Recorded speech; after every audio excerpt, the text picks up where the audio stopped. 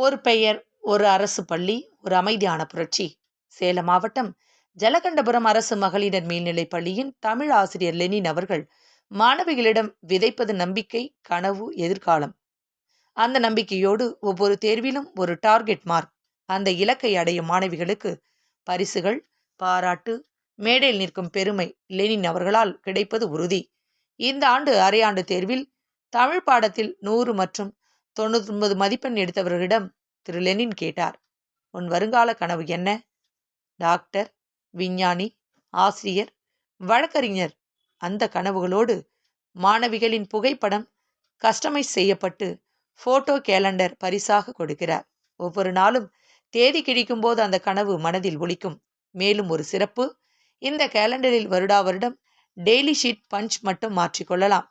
ஆனால் அந்த மாணவியின் கனவு மாறக்கூடாது. அதுதான் திரு லெனின் அவர்களின் ஆசை. தமிழ் ஆசிரியர் லெனின் அவர்களுக்கு நம்பிக்கை செய்தியின் பாராட்டுக்கள். நம்பிக்கை செய்திகளுக்காக புதுச்சேரியிலிருந்து ஜூலிதாஸ். காணொளி தொகுப்பு தனசேகரன். இத்துடன் இன்றைய நம்பிக்கை செய்திகள் நிறைவடைந்தன.